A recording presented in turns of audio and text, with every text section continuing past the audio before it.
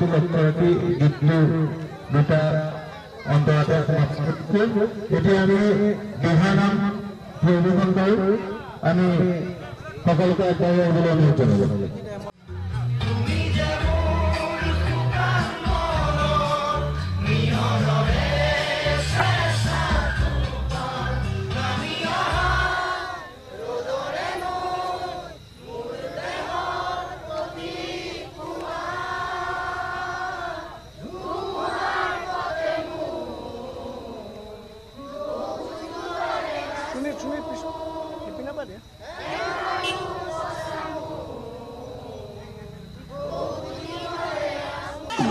আমাৰ দুখো লাগিছে, জুবিন দা বিহুৰ আমি প্ৰথমটো বিহু চাগে আমি পালন কৰিব লগা হৈছে।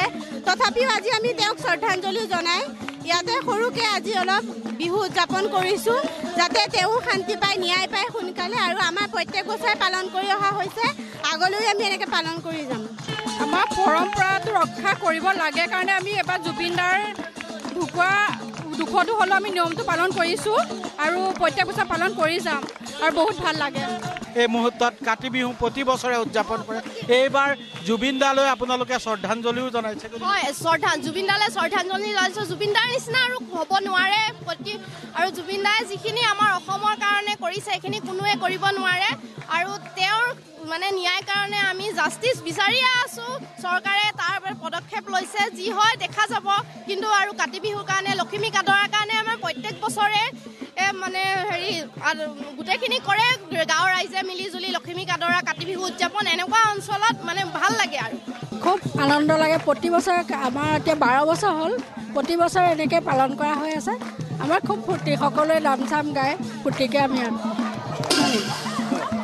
হ'লেও তাৰ মাজতো আজি প্ৰতি বছৰে আপোনালোকে উদযাপন কৰে, তাৰ মাজতো জুবিন দা যিহেতু নাই, প্ৰথমটো কাতি বিহু, গতিকে কি ক'ব বিচাৰে? আজি আমাৰ আগৰ দৰে হোৱা নাই, বহুত কম উৎসাহ উদ্দীপনাৰে কাতি বিহুটো উদযাপন কৰিছোঁ।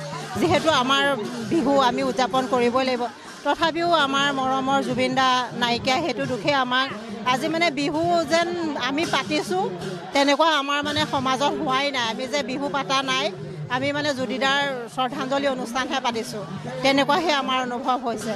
আৰু আমাৰ মানে কি গোটেই গাঁৱৰ ৰাইজে এইটো উৎসৱ বছৰি পালন কৰিব লাগে কাৰণেহে কৰিছে, নহ'লে জুবিনদাৰ কাৰণে আমাৰ এয়া অনুষ্ঠান নহ'লেহেঁতেন।